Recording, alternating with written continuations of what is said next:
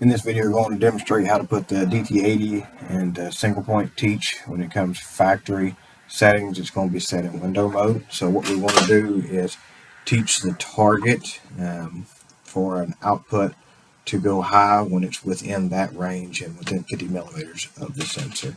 So first what we'll do is go to check mark and we'll scroll down to interface. And you see Q1 now is in window mode. We'll push the check mark again. And we'll scroll down to single point, push the check mark, and I'll push it one more time to single point. Now set it at my defined switching point, so we'll just say 120 millimeters, and all I'll do is push the check.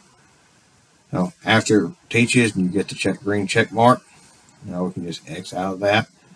And you can see right now if I go outside of 120 millimeters, when I get back to it or within that, then I get a high signal. So if I want to detect anything within 120 millimeters within the sensor, and within 50 millimeters of the sensor, then that will give a high output. So even if I have something that was, say, a target that was really hard to read, but I still wanted to get the output even though if it couldn't see it.